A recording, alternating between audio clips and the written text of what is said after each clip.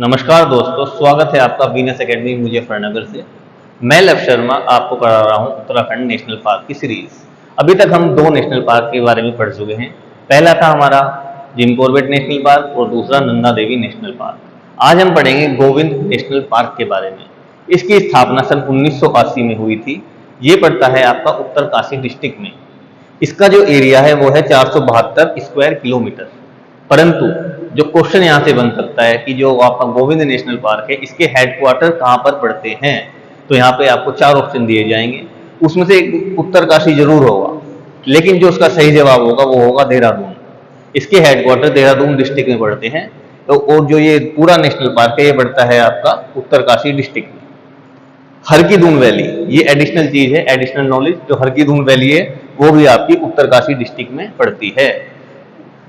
मशहूर किस लिए है नेशनल पार्क? यहाँ पे बहुत ज्यादा संख्या में स्नो लेपर्ड पाए जाते हैं। अब जो गोविंद नेशनल पार्क है इसका नाम किसके नाम पर पड़ा, ये भी प्रश्न आ सकता है। तो जो गोविंद नेशनल पार्क है ये पड़ा है गोविंद वल्लभ पंत जी के नाम पर। कौन थे गोविंद वल्लभ जी पंत? तो अब मैं आपको बताता चलता हूँ साथ साथ। सन 1946 में ये चीफ मिनिस्टर थे उत्तर प्रदेश के। उस समय उत्तर प्रदेश और उत्तराखंड एक हुआ करता था। बाद में ये पृथक पृथक राज्य बन गए।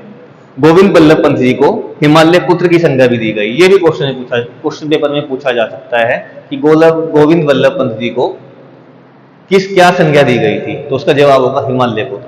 किसने कहा इनको हिमालय पुत्र? तो इसका जवाब है जवाहरलाल नेहरू। कब कहा, किस वजह से कहा? सन 1928 में साइमन कमीशन जो भारत आया था, ये हम सभी जानते हैं। तो उस समय अंग्रेजों ने काफी क्रूरता और बर्बरता की थी।